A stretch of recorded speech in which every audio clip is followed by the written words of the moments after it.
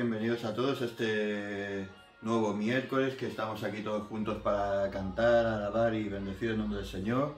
Y bueno, en primer lugar, saludaros a cada uno de vosotros que estaréis en vuestros hogares, paseando, quizá en el coche, sintonizando el canal de YouTube. Y bueno, un saludo a todos, deseo que Dios os bendiga grandemente.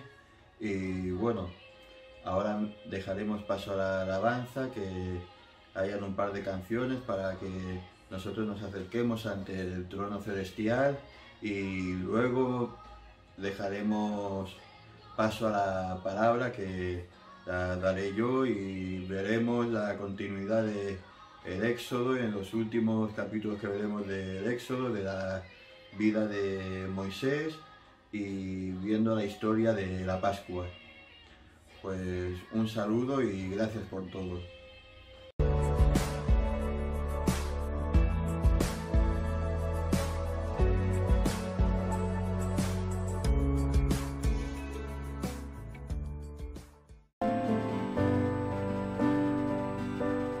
Que mis ojos no te pueden ver, te puedo sentir, sé que estás aquí, aunque mis manos no pueden tocar tu rostro, Señor, sé que estás aquí.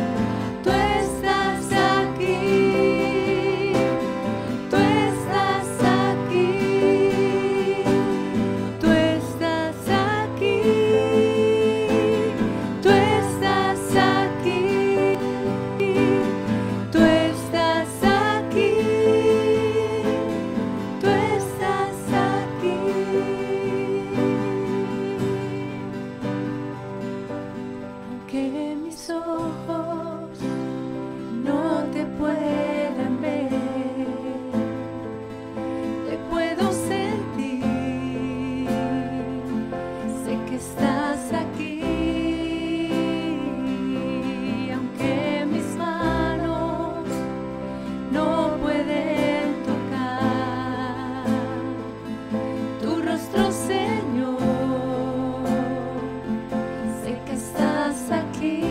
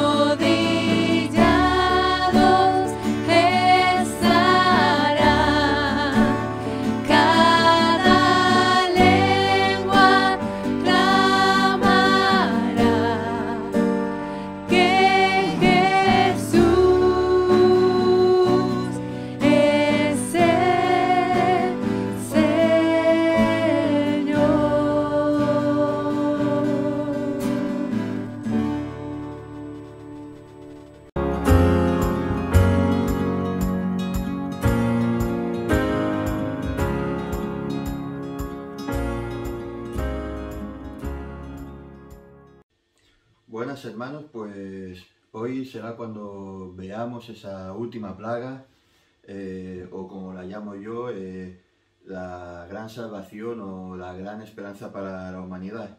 Como hemos visto anteriormente, el pueblo estaba siendo afligido y Dios preparó durante mucho tiempo a Moisés para este gran día y para esta hora y este momento, para que fuesen sacados con una grandeza absoluta y tendrían una fama y una reputación que la gente y los tribus y pueblos que estuviesen alrededor de Egipto oirían hablar de ellos y les temerían. Tal como sabemos, este próximo domingo, día 4, es el domingo de Pascua y este viernes será o miércoles creo que se llama de ceniza y el jueves es el jueves santo. Esto no lo tengo muy claro, pero como bien sabemos y hemos estudiado las escrituras, todo esto es totalmente falso. Nos dice la palabra de Dios que cuando Jesús estaba caminando Tierra Santa se le acercan los fariseos demandando una señal. Y Jesús en Mateo 12:40 dice que solamente se daría a esa generación una única señal, que así como como Jonás estuvo en el vientre del gran pez 3 días y 3 noches, así estaría el Hijo del Hombre en el corazón de la tierra durante 3 días y 3 noches. Y si contamos desde el viernes al domingo, como nos está diciendo la tradición, como nos dice el catolicismo, no nos salen esos 3 días y 3 noches. Como veremos más adelante a lo largo del sermón de hoy, Jesús murió antes de llegar la noche del miércoles, ese Sabbat solemne que se lee en el castellano, para resucitar el primer día de la semana, que sería el domingo. Del mismo modo, acordaos también cuando estuvimos tocando el estudio de Génesis, que los días para Dios se contaban igual, tanto desde el atardecer de un día hasta el atardecer del otro. Vemos que en el Génesis se dice, y era la tarde y la mañana un día. Y ahora veremos cómo el Señor da la fiesta de la Pascua, esa primera gran fiesta solemne del Señor, que marcaría el comienzo del año y el comienzo de las fiestas de la primavera, las cuales eran sombras proféticas de lo que habría de venir y cómo Jesús cumplió cada una de todas estas fiestas para salvación nuestra, dejando así por cumplir solamente las fiestas del invierno, que serán las que el Señor cumplirá cuando venga por su iglesia, cuando instaure el milenio en la tierra y cuando sean las bodas del Cordero. Pero esto se verá otro día, no hoy. La fiesta de la Pascua empieza en el Éxodo 11, con el anuncio de Dios a Moisés acerca de esa última plaga.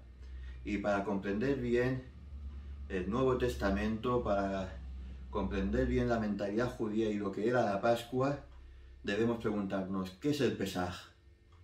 ¿Qué significa para nosotros y cómo fue el último Pesaj de la humanidad? Todo empieza en Génesis 3:15, con esa promesa de un sustituto que pisaría a la serpiente aunque sería herido por esta, en ese protoevangelio, como vimos en los primeros capítulos de Génesis. Luego sigue con la promesa a Abraham y de ese sustituto, de ese Dios proveerá, cuando Abraham va al monte Moriah a sacrificar a Isaac.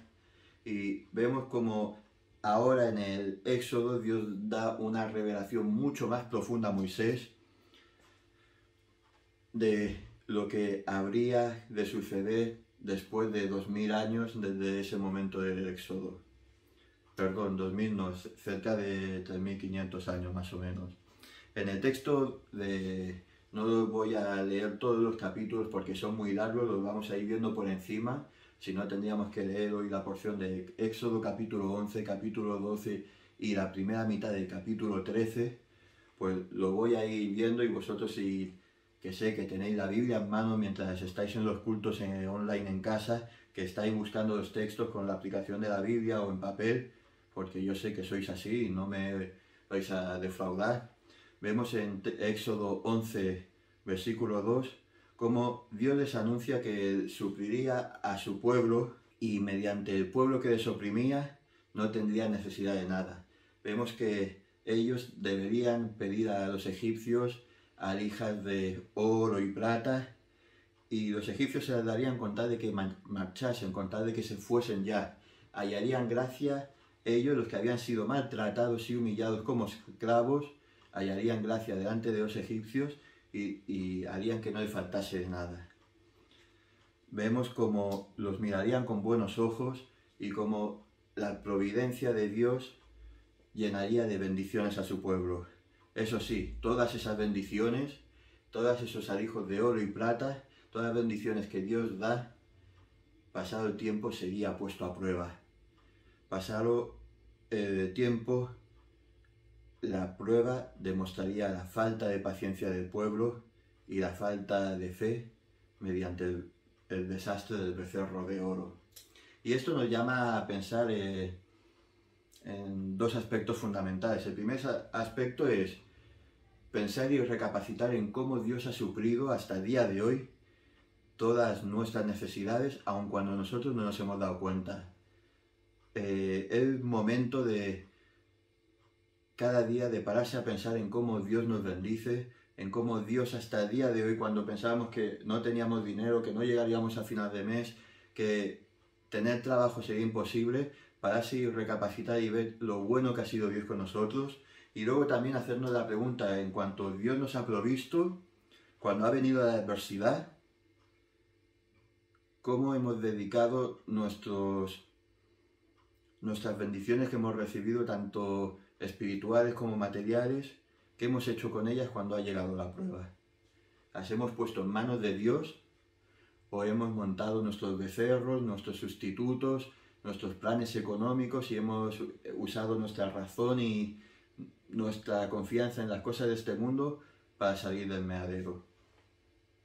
En el versículo 4, Dios nos dice que pasará, Éxodo 11, versículo 4, que pasará por todo Egipto para matar a todo primogénito. Y es que Dios no es cruel por matar en sí, porque desde el momento en que tú y yo hemos nacido y hemos venido a este mundo, desde el momento que Ezequiel salió a la vida, ya la muerte está dentro de él. Hay una muerte celular, cada día vamos muriendo y cada día empezamos a morir. Lo cruel sería vivir eternamente sumido en una vida de esclavitud al pecado, de enfermedad, de dolor, de miseria, sin la oportunidad de tener descanso y que mediante la muerte tuviésemos la salvación que hemos recibido.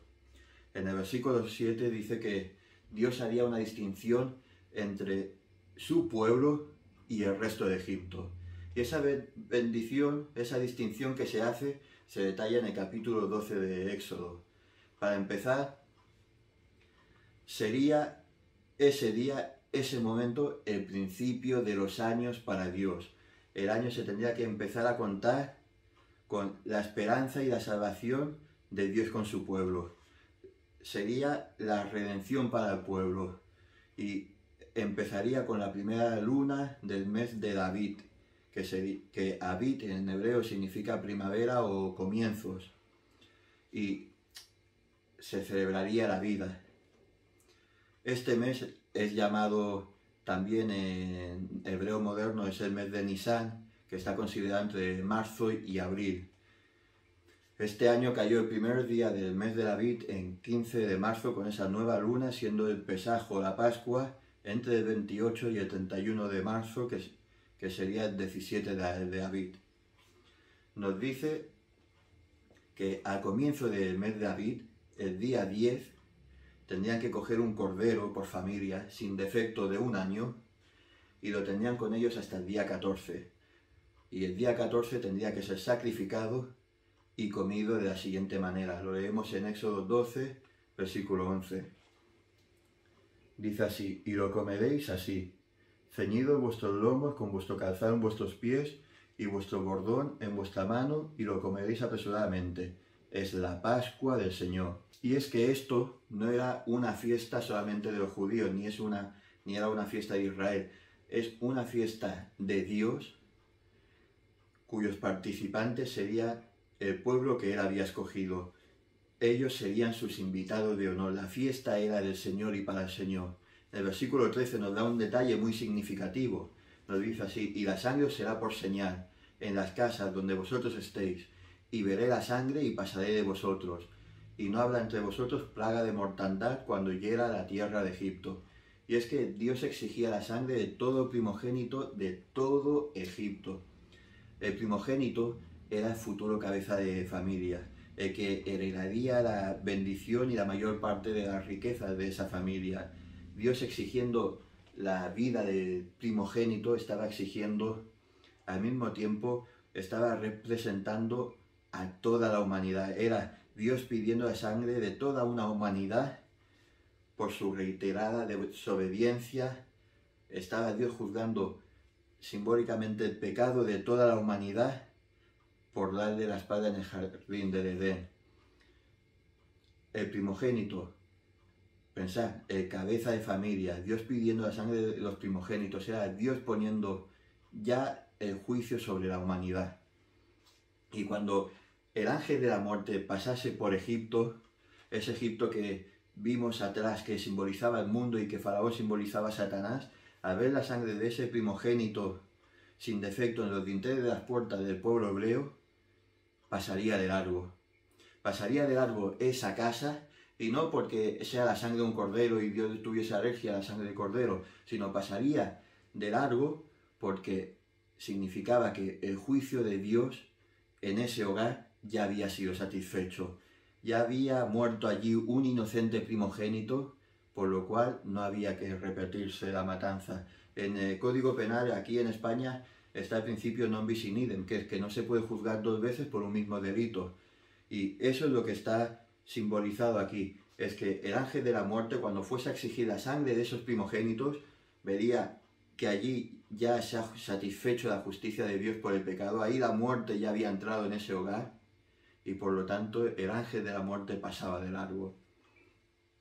Vemos aquí que el pasar de largo es una palabra muy importante con el cual se indicará o se le dará nombre a esta fiesta. Pasar de largo en hebreo es pesaj, que significa pasar por encima o salto. Vemos que en inglés me gusta mucho cómo se dice Pascua, porque es Passover, que significa pasar por encima, y refleja lo que aquí estaba sucediendo.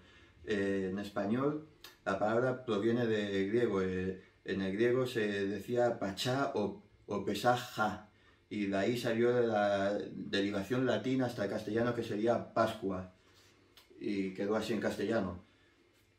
Pero bueno, vamos a seguir con nuestra historia de hoy. Vemos que se tomarían, después del sacrificio de cordero, durante esos 7 días, panes sin levadura. Y es que la levadura en toda la Biblia ha sido símbolo del pecado. Y aquí nos está diciendo la palabra con el número 7, que es el número de la perfección, de que la muerte de aquel inocente, la muerte de ese inocente por los primogénitos, sería una muerte perfecta, sería para sacar la levadura de una vez y para siempre, que ya no habría pecado en ese hogar a partir de nunca jamás. Todo eso no significa que en el momento de hacer la primera Pascua ya no tuviesen pecado en ese hogar, no. Todo eso era como dice las epístolas, una sombra profética de lo que habría de venir y de lo que se cumplió mediante la muerte de Jesucristo. Y es que por la muerte de un inocente, por la muerte de un cordero inocente, fueron protegidos de la muerte. Esta es la visión que tiene Juan cuando está bautizando en el Jordán y ve a Jesucristo venir. Nos dice lo siguiente, dice: y el siguiente día vio Juan a Jesús que venía hacia él y dijo: he aquí el Cordero de Dios que quita el pecado del mundo. Y es que los que estamos cubiertos por su sangre, los que hemos los que no vamos a experimentar el juicio de Dios en nuestras vidas, porque la muerte de Jesús ya pagó por nuestros pecados, ya pagó y satisfajo el juicio de Dios por nosotros. Los que hemos cubierto la puerta de nuestros corazones con esa sangre de cordero, ¿por qué no damos infinitas gracias día a día por ello, por algo tan grande? En Romanos 5:9 dice, pues mucho más, estando ya justificados en su sangre, por él seremos salvos de la ira. Y es que no sabemos la suerte que tenemos. Dice en 1 Corintios 5, 7 al 8, limpiaos pues de la vieja levadura de los fariseos, que seáis nueva masa sin levadura como sois, porque nuestra Pascua, que es Cristo, fue ya sacrificada por nosotros. Así celebramos la fiesta, no con la vieja levadura, ni con la levadura de malicia y de maldad, sino con los panes sin levadura, de sinceridad y de verdad. Y es que los apóstoles lo tenían claro. Lo vieron a la primera, no tenían dudas cuando vieron a Cristo crucificado. Y es que su muerte satisfaría la ira de Dios contra el pecado. En 1 Pedro 18-19 dice, sabiendo que fuisteis rescatados de vuestra vana manera de vivir, la cual recibisteis de vuestros padres, no con cosas corruptibles como oro y plata, sino con la sangre preciosa de Cristo, como de un cordero sin mancha y sin contaminación. Y en el versículo 26 del capítulo 12 hay un memorial que se demanda para futuras generaciones. Se dice, y cuando os digan vuestros hijos, ¿qué es este rito vuestro? Vosotros responderéis, es la víctima de la Pascua del Señor, el cual pasó por encima de las casas de los hijos de Israel en Egipto.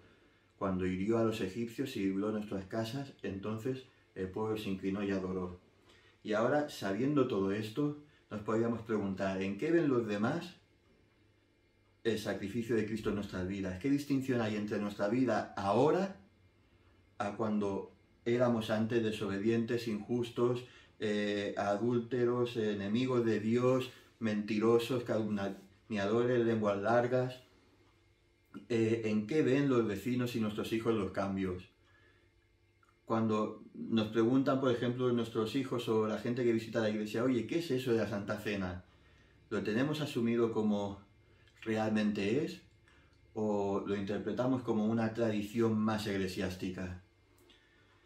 Siguiendo el texto del Éxodo, del versículo 28 al 36, veremos que apresuran y casi obligan al pueblo, el faraón y el pueblo egipcio obligan al pueblo de Dios a salir rápidamente en mitad de la noche. La salida de Egipto tan rauda y veloz, repentina y con lo opuesto me recuerda a esa salida que tendremos hacia nuestra patria, cuando Dios nos llame al sonar de la trompeta de reunión. Y esa salida también es la que experimentamos, por otra parte, en el momento que hemos sido salvos, cuando Dios nos dio esa nueva vida, ya dejamos atrás todo un mundo de miserias, un mundo de la esclavitud de Egipto, un mundo liderado por Satanás y por todo aquello que Egipto nos podía ofrecer, y hemos pasado a ser peregrinos en una tierra extraña y caminando hacia una nueva Jerusalén. Hemos pasado a una nueva vida en Cristo. Hemos experimentado el nacer de nuevo. El apóstol nos dice que desde el momento de nuestra conversión, de la salvación, ya estamos ya sentados con Cristo en lugares celestiales, participando de su plena gloria. ¿Y por qué salieron aparte tan veloz, tan deprisa? ¿Por qué justamente esa noche? Y es que para Dios todo tiene su tiempo y todo minuto tiene para Dios su explicación y su propósito. Pues esa noche era cuando se cumplía lo que Dios prometió a Abraham, de que pasarían 430 años en la tierra de Egipto. Y justamente en ese momento el reloj llegó a cero. Se nos dice que esa noche se tendría que ser recordada pasándola en vigilia durante generaciones en honor al Señor. Nosotros, ¿cómo esperamos la llamada fila de nuestro Dios? ¿Nos adormecemos en la noche? ¿Nos adormiramos espiritualmente en el mundo? ¿O veramos y oramos para no entrar en tentación, para cumplir en nuestro cuerpo la voluntad de Cristo. Y no estoy llamando aquí de que nos pasemos la noche en vela, sino me estoy refiriendo metafóricamente a qué hacemos con nuestro día a día. O nos espabilamos o nos dormimos en el mundo. Sabiendo que Dios viene inmediatamente, porque esto lo tenemos por seguro, mucha gente puede decir, no, pero si es que la Biblia dice que vendrá como ladrón en la noche. Sí, pero es que esto que es en Mateo 24 es para los que no creen en Cristo, para los que no creen les sorprenderá como ladrón en la noche, porque si nos fijamos en 1 Tesalonicenses 5, 4 a 9, dice, mas vosotros, hermanos, no estáis en tinieblas para que aquel día os sorprenda como ladrón. No estamos en tinieblas, porque todos vosotros sois hijos de luz, hijos del día, no somos de la noche ni de las tinieblas. Por tanto, no durmamos como los demás, sino veremos y seamos sobrios, porque los que duermen de noche duermen, y los que se embriagan de noche se embriagan. Pero nosotros somos del día. Seamos sobrios, habiéndonos vestidos con la coraza de la fe y del amor, con la esperanza de la salvación como yelmo, porque no nos ha puesto Dios para la ira, sino para alcanzar salvación por medio del Señor Jesucristo. Y es que, ¿cómo esperamos la venida del Señor? En el capítulo 13 se nos da más indicaciones de cómo debería ser esa noche, de cómo se tendría que preparar la fiesta. Se nos dice que solamente los nativos tenían que participar de ella, y si había algún extranjero se le tendría que circuncidar. Esa circuncisión era la señal del pacto de Dios con Abraham, y el pacto de Dios con Abraham no era solamente cortarse el prepucio, eso era la señal del pacto. El pacto era yo seré tu Dios y tú serás mi pueblo. Y esa circuncisión a la que luego en Romanos Pablo lo dice, se refiere a ella diciendo en Romanos 2:29, sino que es judío el que lo es en el interior, y la circuncisión es la de corazón, en la del espíritu, no en letra, la alabanza cual no viene de los hombres sino de Dios. Si lo leí desde el 25 hasta el 29 lo dice todo más claro, pero por falta de tiempo no me puedo entretener mucho. Pero la circuncisión es la espiritual, la que cambia los corazones, la que ejecuta el Espíritu Santo al ejecutar la obra de salvación. Y es que si amamos a Dios, los que hemos nacido de nuevo, estamos participando de la nueva naturaleza que Dios nos da. Nos comportamos como éramos antes del milagro de la salvación, o nos comportamos mediante esa nueva naturaleza que Dios nos da en Cristo. En Éxodo 13:16 dice, te será pues como una señal sobre tu mano y por memorial delante de los ojos, por cuanto el Señor os sacó de Egipto con mano fuerte. Y esto los judíos a día de hoy lo radicalizan al extremo, llevando memoriales, que son los tefilín, estos que se ponen en la cabeza y en las muñecas cuando oran o cuando leen la Torá. Pero lo que decía en Éxodo 13:16 no se refiere a eso. Lo que está diciendo es que tengamos presente a Dios en nuestras mentes y en nuestras acciones, que tengamos presentes en todo lugar el sacrificio de ese Cordero Pascual en nuestras vidas, que nuestras acciones sean el resultado de haber sido salvos por pura gracia. Y ahora en este pasaje de Éxodo la pregunta sería, ¿cómo podemos ver reflejada la vida de Jesús? Esta fiesta que fue instituida en Egipto fue llevada a Jerusalén más tarde y atestiguada en la época de Jesús por más de, los historiadores dicen que habían unas 250.000 personas. Disculpad. Y es que nos podemos preguntar, ¿cómo fue el último Pesaj? Hemos visto cómo se instituyó al pueblo que el 10 de Abib tenían que coger el cordero, que durante 4 días lo tenías que guardar, lo tenías que cuidar, acariciar, lo tenías que tratar como a uno más de la familia, para que no siguiese siendo perfecto, para que no tuviese ninguna mancha. Lo tenías que dar de comer, jugar con él, tratar, en fin, como uno más de la familia. Y entonces el día 14 cogías un lebrillo y lo degollabas. Es allí cuando entendías lo que era sacrificio, cuando ves a ese animal como lo has tratado como uno más de la familia, como muere en lugar tuyo, en lugar de tu familia, para traerte la salvación de la muerte. Y es que ese animal inocente con el cual estaba jugando, acariciando, como le daba de comer, como pasaba la noche, por la noche antes del 14 de David, era muerto por consecuencia de tus pecados, para que tú fueses hallado inocente y tenido por digno de ser vivo. Y es entonces cuando resuenan en nuestros oídos la palabra de Éxodo, de que todo primogénito me pertenece porque yo te redimí. Es cuando comprendes el dolor de Abraham cuando está subiendo al monte con su hijo, con su único hijo, y preparándose para el sacrificio, y resuenan las palabras de papá, ¿dónde está el cordero? Y Abraham dice proféticamente, el Señor proveerá para el sacrificio. Más adelante, en la historia de David, quien establece para cuando esté el templo acabado, que los sacerdotes desde el templo hasta la puerta norte estén puestos uno delante de otro con palmas en las manos en silencio, viendo como el sumo sacerdote se va hasta Belén a buscar ese cordero que tenía que ser sin defecto, y como cuando ese sumo sacerdote volviese, el grupo que estaba en la puerta norte de la ciudad se abriría y empezaría a gritar: Hosana al Hijo de David, bendito el que viene en el nombre del Señor, Hosana en las alturas. Y enseguida, desde la puerta hasta el templo, todo el mundo gritaría, todos los vecinos y ciudadanos escucharían de que ese sumo sacerdote con el cordero está llegando a las puertas, y salían a recibirlo con las palmas hasta que sería puesto en el templo, y durante esos 4 días siguientes tendría que ver todo el mundo que no tuviese tara alguna ni ninguna mancha en él. Y entonces, durante el último día, el 14 de David, después de haber pasado esos 4 días inspeccionándolo, sería sacrificado un cordero por familia, dejando el del sumo sacerdote para el último lugar.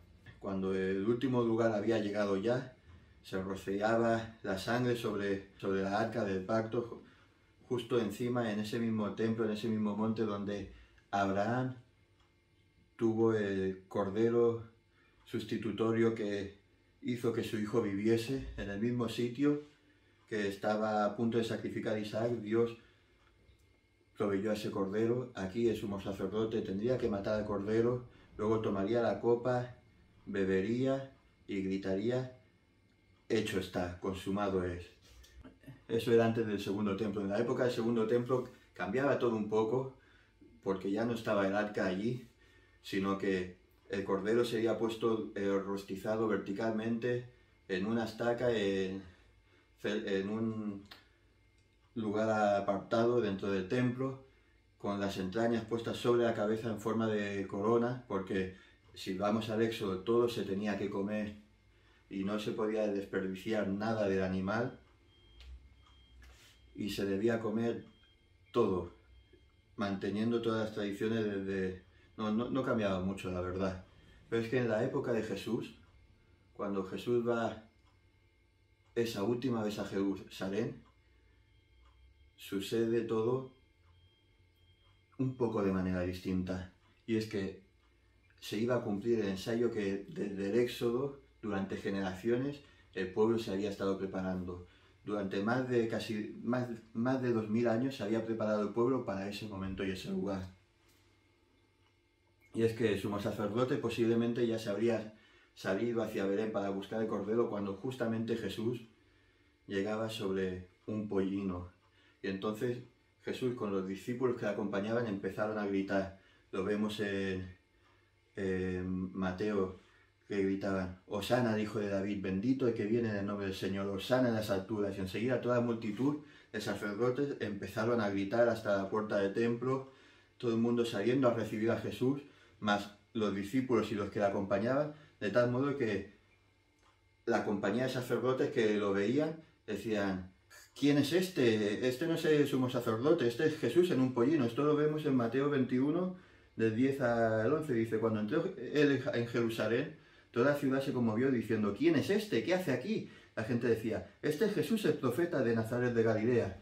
Los sacerdotes que lo veían fueron hacia los discípulos y decían: por favor, callaos ya, haced que la gente se calle. A lo que Jesús, como sabemos, respondió: si ellos callaran, hasta las piedras hablarían, porque este era el momento para el cual Israel se había preparado durante más de 2000 años, desde que salieron de Egipto con Abraham, y Dios había provisto de un mejor sacrificio para la humanidad, que era Jesucristo. Jesús luego sería llevado al templo como ese cordero. Y vemos que lo verían los gobernantes, lo vería Pilato, lo vería Herodes, y todos dirían lo mismo que dijo el sumo sacerdote. En Lucas 24:4 vemos, 23:4 dice, y Pilato dijo a los principales sacerdotes y a la gente, ningún delito hallo en este hombre, no hay mancha en él, este es el cordero sin defecto. Y es que finalmente, como Isaac cargando los leños de madera subiendo al monte, Jesús cargaba también la madera para el sacrificio sobre su propia espalda. Jesús estaba preparado para morir en tu lugar y en el mío como ese cordero pascual. Y al mismo tiempo que Jesús estaba en ese madero vertical con los brazos extendidos, en el Gulgoret, en el lugar de la calavera, con una corona de espinas en la cabeza, toda la gente que pasaba por ahí, todas esas 250.000 personas que estaban participando en Jerusalén de esa fiesta, lo verían y no podían imaginar otra cosa que al sumo sacerdote con ese cordero en esa estaca vertical, con las tripas sobre la cabeza del cordero, rosticiándose por el pecado del pueblo. Pero ahí todo cambió, porque esta vez quien dijo consumado es no fue el sumo sacerdote de este mundo, sino fue el Rey de Reyes y el Señor de Señores. Y es que la sangre fue la señal que nos dio salvación a ti y a mí. Hubo la señal de ese terremoto que partió el templo, el velo del templo en dos de arriba abajo, dando libre acceso esta vez a la humanidad ante Dios, porque por una vez y para siempre el pecado ya había sido satisfecho. La ira de Dios había sido satisfecha. Y es que la idea de que Jesús celebró en esa última cena de Pascua es una idea muy bonita, pero es una idea falsa. Jesús no podía participar de ese Cordero Pascual porque Jesús era el Cordero Pascual. Él vino para cumplir las fiestas. Él no podía participar de una fiesta porque Él estaba siendo el Cordero sustitutorio. No sé si me seguís. Y es que cuando Jesús estaba muriendo, la fiesta y el Cordero Pascual estaba siendo cocinado en ese momento. Por eso luego van los fariseos y dicen, se acerca el día gran solemne, no pueden estar aquí muriendo. Y es cuando ven que matan a uno, matan a otro, y cuando van a partir las piernas a Jesús dicen, no, está muerto, un momento.